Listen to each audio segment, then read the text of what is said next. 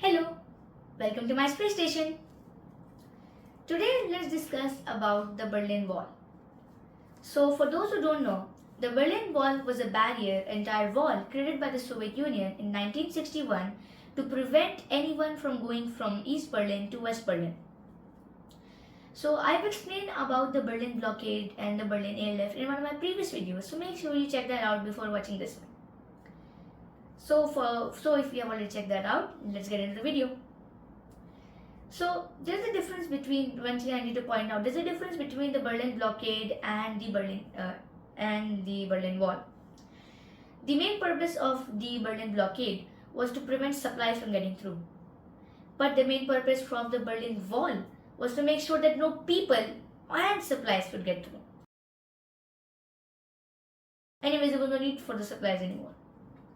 Let's go into the reason why this wall was built in the first place. So after World War II and after the Berlin blockade, many people in East Germany felt that the Soviet Union was not the right place to be. So because the Soviet Union was hell-bent on making sure that Germany never rose up again because they had been defeated, very crippled by Germany in both the world wars, they were very aggressive towards East Germany and East Berlin. So that's why the people felt unwelcome and they decided to flee in large numbers towards West Berlin and eventually West Germany. The issue for the Soviet Union here was that if your people, which are helping support the economy, which are doing all the work, the workforce, the labor, are going somewhere else, then what will happen there? Well, the Soviet Union didn't want that because then the economies would cripple and the Soviet Union would be defeated yet again like they were during the Berlin blockade. So what they did was they built a huge wall. The construction of the wall started around November of 1961 and it consisted of a huge wall which was topped by like a very smooth top so that people, if they tried to climb over it, they would slip, which was kind of impossible. But anyways, the wall was built like that. And towards the east side, there was a thing called the death strip. Now, the death strip was an area of minefields, troops, dogs, every single defensive measure possible was inflicted in that area so that people, when they tried to cross, could not cross. So they would be deteriorated. So they would be like, okay, I can't cross this thing. So there were many troops which orders to shoot anyone that tried to pass. There was no such thing as, okay, we will arrest you. No, you will be shot as soon as you were detected you were trying to pass through.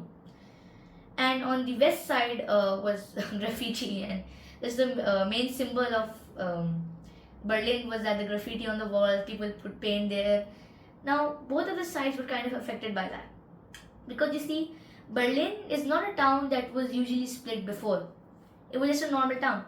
If you take a normal town, build a wall between it, it's not going to be a neat division. Neighborhoods would be split about, families would be split, friends would be separated.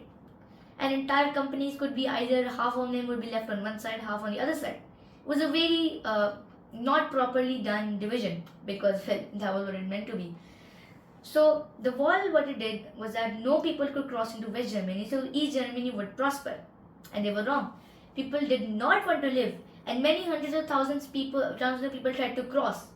Only a few hundred of them were either lucky or skillful enough that they were able to cross the border. Now, one thing to note is that most of the border crossings were done by troops. So the troops that were on guard just betrayed East Germany, they jumped across the border and now they're in West Berlin. And very less civilians were able to get through that sort of security. There were some stories that had some person crashed a car through there, went through all the defenses, somehow managed to get there. We can't verify if that was true or not, but that's one of the stories how people got through. Well, other than the military perspective of this, what is the political perspective? Well, the US really did not like the wall. And so their president, Ronald Reagan, visited Berlin. And this is like a famous speech which most people remember regarding the Berlin Wall. He stood next to the wall in front of a huge audience, the current Soviet Prime Minister. He challenged Gorbachev to tear down this wall. This is like everybody's like a memorable quote from the Cold War.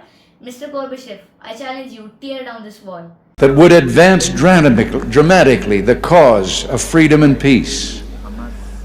General Secretary Gorbachev, if you seek peace, if you seek prosperity for the Soviet Union and Eastern Europe, if you seek liberalization, come here to this gate. Mr. Gorbachev, open this gate.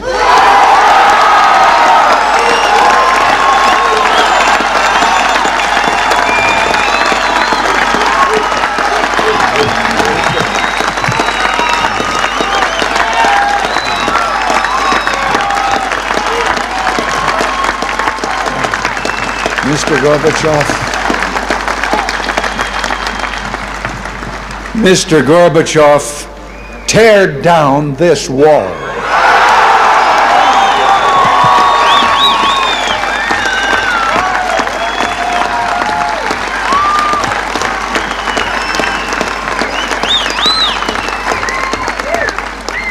I understand the fear of war and the pain of division that afflict this continent, and I pledge to you my country's efforts to help overcome these burdens. There was a challenge given by President Ronald Reagan. So this was everyone hated the wall, it separated everything, and it just showed that the Soviet Union was not keen on people crossing. It wanted to force the people into doing what it wanted to do. It was not a democracy. Communism at its peak. So eventually, after lots of pressure and Gorbachev trying to mediate the pressure between the two sides, the Iron Curtain started to fall, which was triggered a sort of domino effect. If the Iron Curtain, I'll discuss the Iron Curtain later in the episode, but just for now, the Iron Curtain split Europe into two parts. So if the Iron Curtain is falling, then the influence of the West would come into the East, and that would prompt the Soviet satellite states to try to rebel. That would cause their communist regimes to fall, and that would trigger a domino effect that would eventually lead to the Berlin Wall. The Berlin Wall was another, just like the Iron Curtain. So under lots of pressure, the Soviet Union government eventually said that okay, they would let people pass through, but there was one major misunderstanding. People thought the government was trying to say that okay, we'll rarely allow visits, family visits. From the next day onwards, we will do something like that. But the people misinterpreted that message and thought that yay, the wall is open, we can cross. So many hundreds of thousands of Berliners took to the wall. And now I'll give you this scene. Imagine you're a guard in the checkpoint of the Berlin Wall. 2,000 people around you. Will you open the gates, shoot all of them, or arrest all of them? You probably open the gates. You're in so much pressure right now. Now these troops tried to confirm with Moscow that yes, there are the orders to open the gates, but they were unable to reach anyone. So at the end, they let the gates open. So both East Berliners and West Berliners climbed the wall and met together. That would prove that the unification of Germany was eventually coming. Few years after the fall of the Berlin Wall, Germany was eventually reunited. That proved that made a bold statement in history, that if you try to stop people from getting their right of freedom to move around, eventually these kind of restrictions will fall for the greater good. The Berlin Wall fell, and with that, the Soviet Union's power over Europe also deteriorated very quickly. And not too long after that, the Soviet Union also fell. This shows that one of the major turning points in Soviet Union's history was the Berlin blockade, a very bad decision, and the Berlin Wall, which was destined to fall from when it was built in 1961. So this was all for today. I hope you liked the video, and bye bye.